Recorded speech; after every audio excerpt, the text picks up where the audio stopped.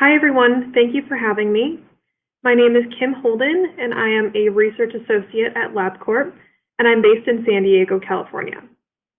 Today, I'll be going through an instrument evaluation we performed at Labcorp with the Yourgene Health Coastal Genomics automated size selection platform.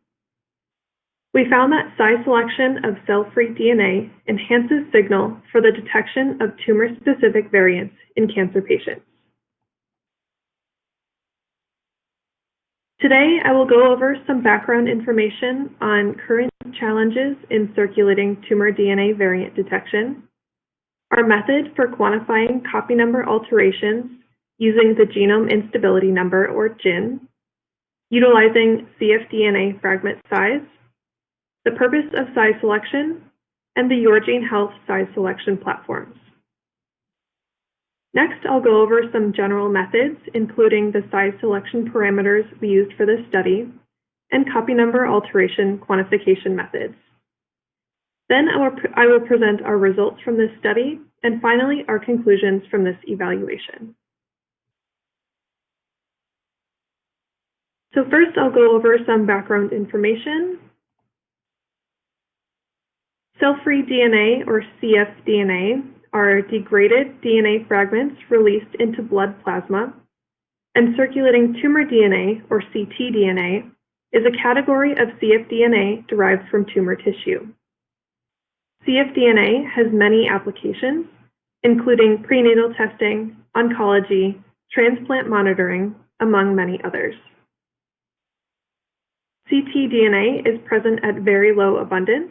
It can be below 0.5% of total cfDNA, and that typically increases with advancing disease.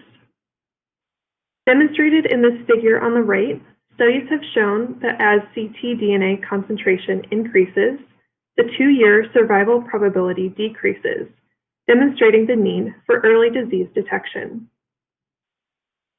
In patients with low tumor burden, for example, an early disease stage or certain cancer types, it is often difficult to detect tumor-derived variants. To overcome these limitations, methods have been developed to better distinguish the ctDNA signal from the noise we encounter in most current methodologies. While these solutions are successful in minimizing the technical noise, it often requires increased sequencing depth and other advanced analytical techniques. The genome instability number, or GIN, is a metric we developed to quantify the cumulative deviation of all autosomal copy number alterations to quantify the level of genomic instability. It's influenced by both the magnitude of the CNA and the level of ctDNA. A higher GIN indicates more significant CNAs, and our current threshold to indicate a high level of genomic instability is a GIN value above 170.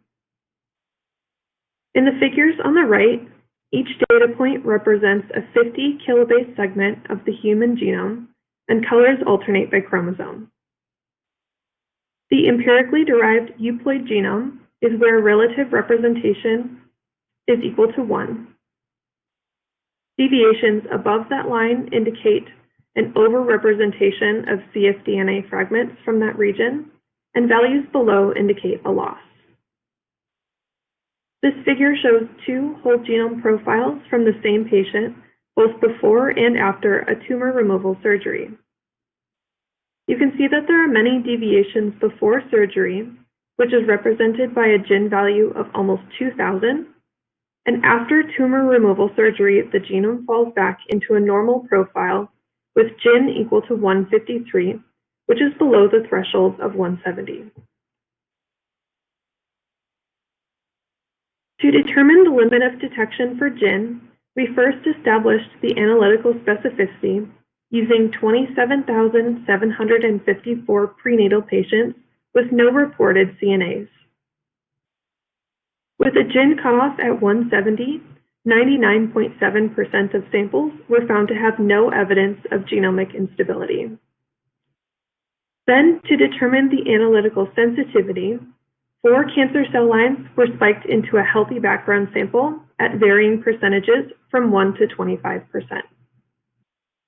Using a GIN threshold of 170, we were able to detect 4 out of 12 samples that were spiked in at 1%, and all cell line samples when they were spiked in at 2% or higher. Therefore, we estimated GIN sensitivity to be between 1 and 2% tumor DNA. We wanted to find a way to improve the limit of detection for the GIN assay and detecting copy number alterations, so we utilized the cfDNA fragment size. The median length of cfDNA from healthy tissue is typically around 167 base pairs. The Rosenfeld Lab at the University of Cambridge published a study on utilizing fragment size analysis to enhance the detection of circulating tumor DNA. They demonstrated that in cancer types with typically higher fractions of circulating tumor DNA, such as breast or lung cancers, there were significantly higher proportions of fragments shorter than 150 base pairs when compared to healthy donors or cancer types with typically low amounts of ctDNA, such as renal or bladder cancers. This indicates that tumor-derived cfDNA fragments are, on average, shorter than cfDNA fragments derived from healthy tissue.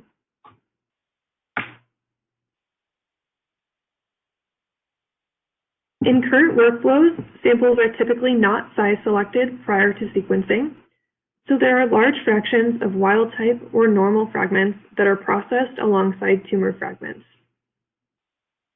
There are multiple ways to perform size selection, either in silico using paired-end sequencing, or several methods of physical separation. Size selection increases the tumor fraction of the sample and can enrich signal for the detection of tumor-specific variants, which can reduce sequencing depth and costs and improve the limit of detection. In cancer patients, enriching for tumor-specific DNA can be useful for early disease detection or for predicting disease progression in patients with typically low amounts of ctDNA. This figure demonstrates the representation of the cfDNA fragments in a cancer patient. The pool before size selection on the left contains a large fraction of wild-type cfDNA fragments, which have a median length of around 167 base pairs. There are few tumor cfDNA fragments, which have a median length less than 167 base pairs. As an example, the tumor fraction of this sample before size selection is 10%. Performing size selection removed some wild-type fragments while retaining the tumor fragments and resulted in a greater proportion of tumor fragments relative to wild-type and increased the tumor fraction to 20%. So next I'll do a brief overview of health platforms for size selection. The Yourgene Health size selection platforms utilize a combination of Ranger technology and Hamilton robotics. Ranger technology is an automated means of size selecting DNA with agarose gel electrophoresis via machine vision. These images show the illumination stage where blue and red lights illuminate the marker and sample dyes. The camera takes images of both colors at various points throughout the electrophoresis, allowing for the instrument software to determine the sample size and adjust each lane voltage accordingly. These images show the electrophoresis pedestal where the gel cassettes are placed and imaged on the instrument.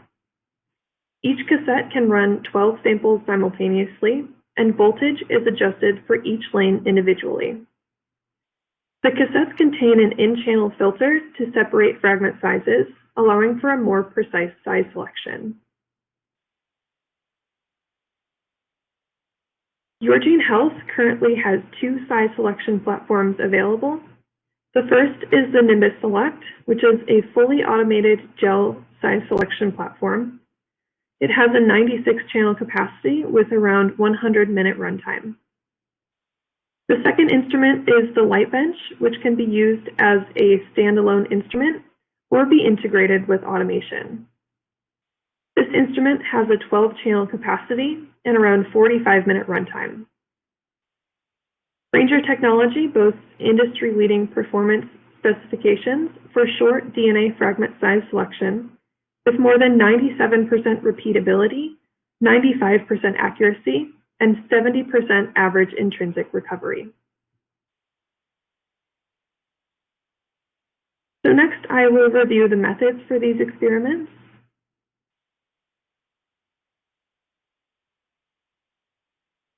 The same methods were used for each of the 5 experiments performed in this instrument evaluation of the Yourgene Health size selection platforms. Adapter ligated libraries were sent to Yourgene Health for size selection, targeting a cfDNA insert size of 142 base pairs.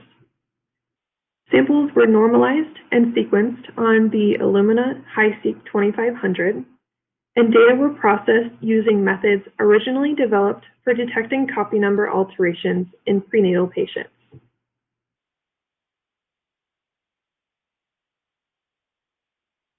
Based on previous studies of the length of tumor-derived cfDNA, we wanted to aim for a library cutoff of around 302 base pairs. Yourgene Health platforms have a sizing range buffer of about 15 base pairs around the target. So in this electropherogram trace example, I highlighted the target region in green and the upper buffer range area in red. Adjusting for an adapter length of 160 base pairs, we're targeting a cfDNA insert size of 142 base pairs. Something that we did not implement during testing that can be added is a lower bound cutoff to remove adapter dimers. I used 2 metrics throughout this analysis to quantify copy number alterations. First, the genome instability number utilizes normalized sequencing reads that are mapped to the human reference genome and partitioned into 50 kb non-overlapping segments. It is intended to capture genome-wide autosomal deviation from empirically derived euploid dosage of the genome in circulation. It is a non-negative continuous value calculated as the absolute deviation of observed normalized sequencing read coverage summed across 50,034 autosomal segments. Observed normalized read coverage is defined for each genomic segment by an autosome-specific lowest fit of the normalized data. Increasing values of GIN are indicative of increasing deviation relative to an expected normal genomic profile. Second, the area under the curve, or AUC, was calculated for each detected copy number alteration to determine the deviation of individual CNAs from expected. CNAs were only analyzed for each sample if they were detected both before and after size selection. The AUC ratio was subsequently calculated by dividing the AUC of a CNA after size selection by the AUC of that same CNA before size selection. In addition to quantifying CNAs, cfDNA fragment length was also obtained from paired-end sequencing data. And finally, after size selection, the cutoff size for each sample was determined by calculating the point at which the normalized recovery of the sample shifted from greater than 50% recovered to less than 50% recovered, essentially marking the point at which the gel electrophoresis was stopped and the sample was extracted from the collection filter.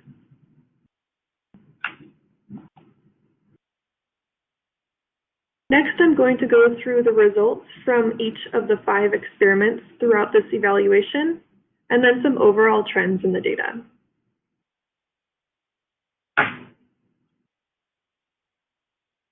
Our first experiment was performed to test the feasibility of using the Yourgene Health instruments for size selection and to evaluate the consistency of the size selection. The figure on the top right shows the proportion of total sequencing reads at each fragment length between 0 and 500 base pairs. Before size selection is in red, and after size selection is in blue. You can see that the size selection was successful, and the fragment length profile after size selection has shifted towards the smaller end. The figure on the bottom right shows the proportion of fragment sizes less than 167 base pairs in yellow and less than 150 base pairs in blue. Before size selection is shown on the left and after size selection on the right. As expected, before size selection, we saw about 50% of reads below 167 base pairs and about 25% below 150 base pairs. After size selection, over 99% of reads were below 167 base pairs and 97% below 150 base pairs. This sample set had an average size selection cutoff of 141 base pairs, and the cutoff size CV was 3.7%. These initial results were promising, so we wanted to add some additional samples to our data set. Sample set 2 was intended to increase our sample size and gather additional data, particularly for cancer patient samples. What was immediately obvious to us, as you can see in the figure on the top right, there were two issues. The first being the large fragment carryover shown in the circled region, and the second being size cutoff inconsistency, which had a much larger range than the previous sample set. After size selection, we were seeing 95% of reads below 167 base pairs and 90% below 150 base pairs. The average cutoff size was much lower at 130 base pairs, but the cutoff size CV was 8.5%. After working with Yourgene Health to troubleshoot these issues, we came up with two separate causes for these problems. The large fragment carryover was determined to be from manufacturing issues with the cassettes, and the cutoff size variation was due to using markers that were outside the range of our target cutoff. We had originally chosen these markers when we were intending to use cfDNA rather than libraries as our starting material and did not want the markers to be amplified alongside the cfDNA in our libraries. But a different marker set was more appropriate to use for these libraries. After seeing these variabilities, we wanted to make some adjustments to our protocol to ensure we could get a consistent size selection and keep the CV low. Experiment 3 was meant to test the solution to the two issues found in Experiment 2. Yourgene Health implemented the manufacturing changes to their cassettes, and we used more appropriate markers for our cutoff target.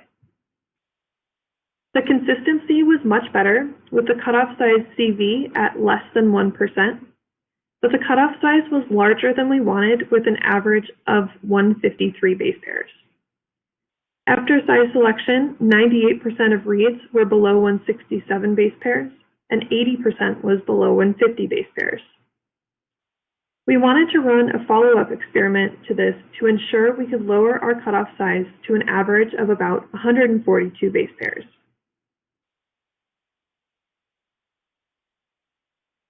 So Experiment 4 was intended to be a quick experiment to make sure we could make the change to the cutoff size to meet our target.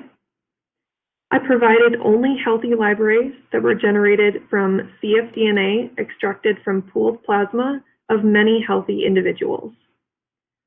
The libraries themselves were then pooled and split into 12 size selection reactions.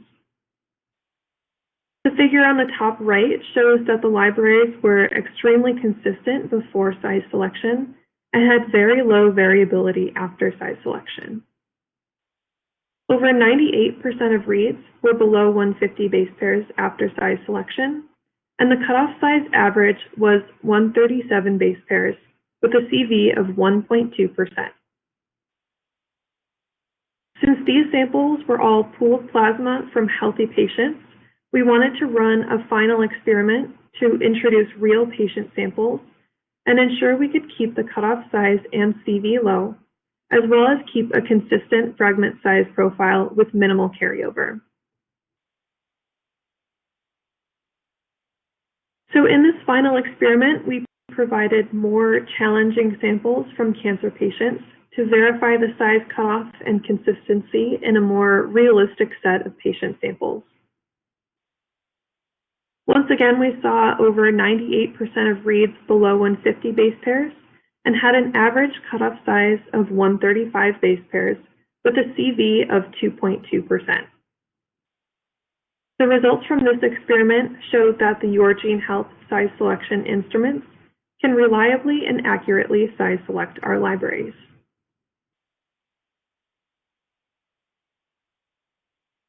To summarize all 5 experiments, which included 58 samples from healthy patients and 40 samples from cancer patients, libraries prior to size selection had an average median cfDNA fragment size of 169 base pairs in healthy patients and 165 base pairs in cancer patients.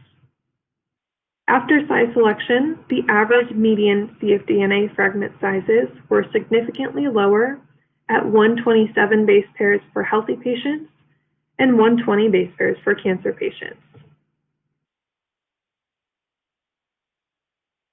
We also wanted to quantify copy number alterations before and after size selection to see if we were enriching the signal in cancer patients while maintaining the signal for healthy patients. This figure shows a genome profile of a healthy patient with a couple of probable germline copy number alterations. The top portion shows the profile before size selection, where GIN equals 94.3, and the copy number alteration on chromosome 3 has an AUC of 3.75. The bottom portion shows the profile after size selection, where GIN equals 189.8, and that same copy number alteration has an AUC of 3.6. It's likely that the increase in noise indicated by the wider band in the size selected sample is causing GIN to shift above our threshold, but that can likely be mitigated by retraining the analysis pipeline.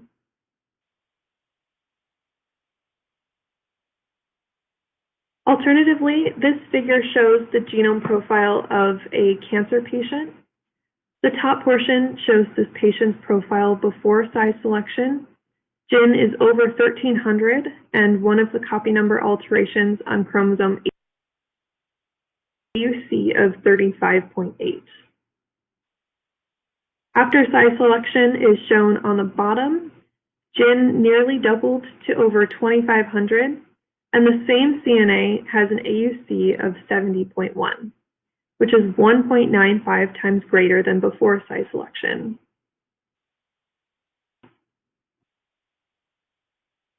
This figure shows the AUC ratios from all CNAs detected both before and after size selection in all patients. An AUC ratio value equal to 1 indicates no difference in CNA detection after size selection. An AUC value greater than 1 indicates an increase in signal for the CNA after size selection, and a value less than 1 indicates a decrease in signal. When evaluating cfDNA from healthy patients, 30 CNAs were found both before and after size selection. The average AUC ratio was 1.04, which is consistent with a lack of signal enrichment in the absence of disease. In cancer patients, 237 CNAs were detected before and after size selection, and the average AUC ratio was 1.99, which is consistent with an enrichment of signal.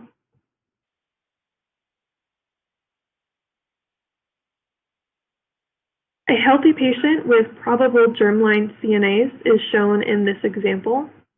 Panel A on the top left shows the genome-wide profile of the sample before size selection, where GIN equals 115.2. Panel B on the bottom left shows the genome-wide profile of the sample after size selection, where GIN equals 164.5.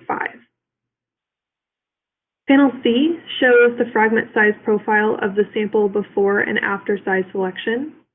The median fragment length after size selection was 138 base pairs, whereas the median before size selection was 170 base pairs. And panel D shows the paired analysis of the absolute value of the AUC for a total of 4 CNAs detected before and after size selection. The AUC does not change significantly after size selection, indicated by an average AUC ratio of 1.19. This indicates that enrichment of shorter cfDNA fragments does not affect signal from probable germline CNAs.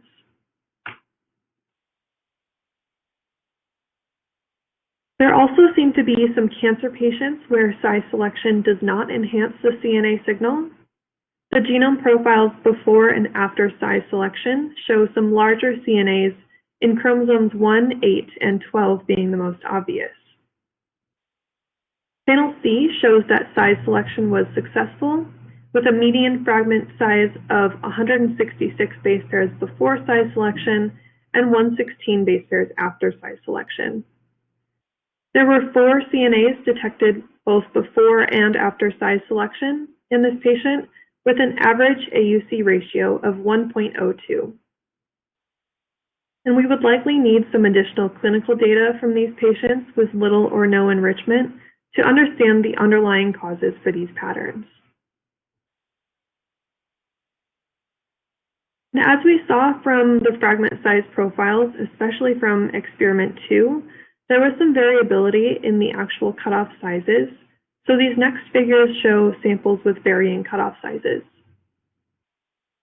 In this cancer patient sample, we achieved a size selection cutoff of 152 base pairs.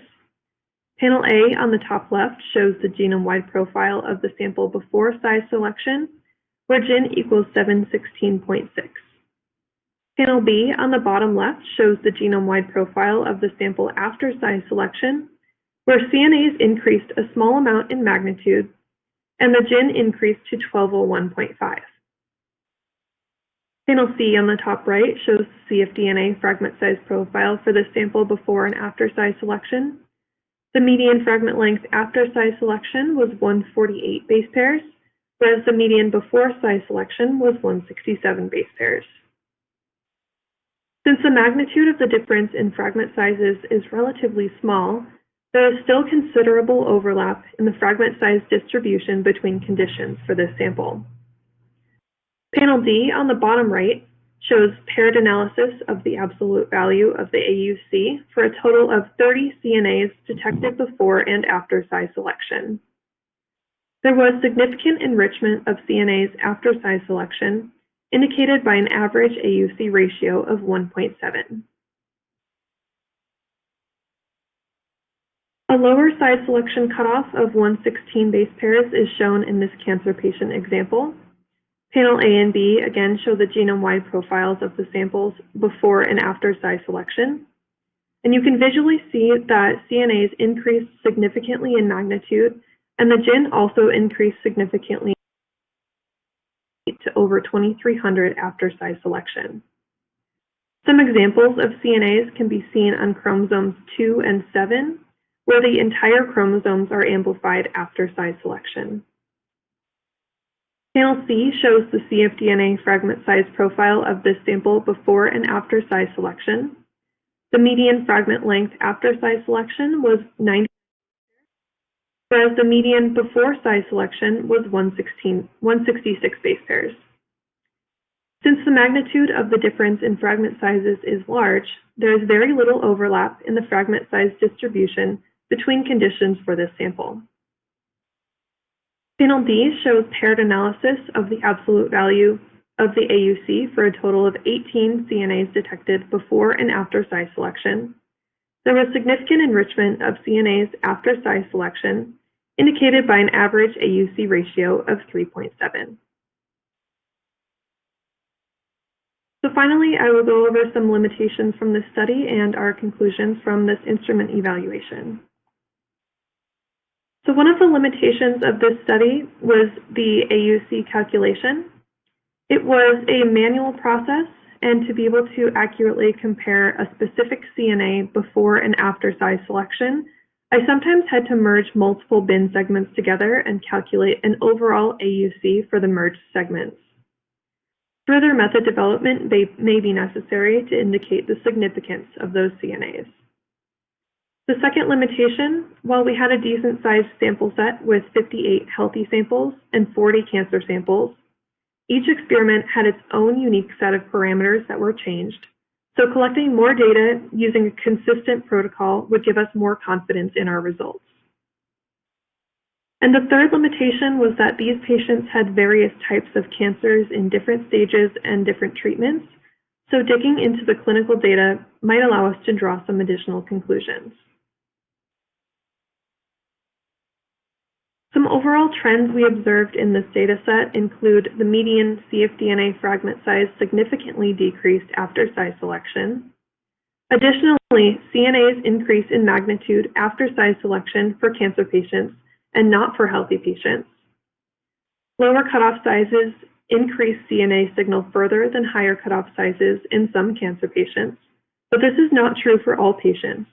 And we do want to keep in mind a balance between going shorter and having enough material to sequence. And finally, after troubleshooting with Yourgene Health, we determined that size selection using the Nimbus Select or the Light Bench can enhance the signal for the detection of tumor-specific variants in cancer patients. I want to thank my supervisor, Taylor Jensen, for support and guidance throughout this project. Carrie Fitzgerald helped with some of the lab work for these experiments.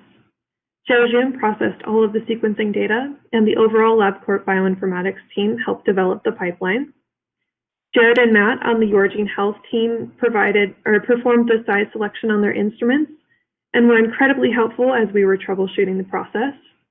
And finally, Nate and Graham provided me with all of the samples used in this study.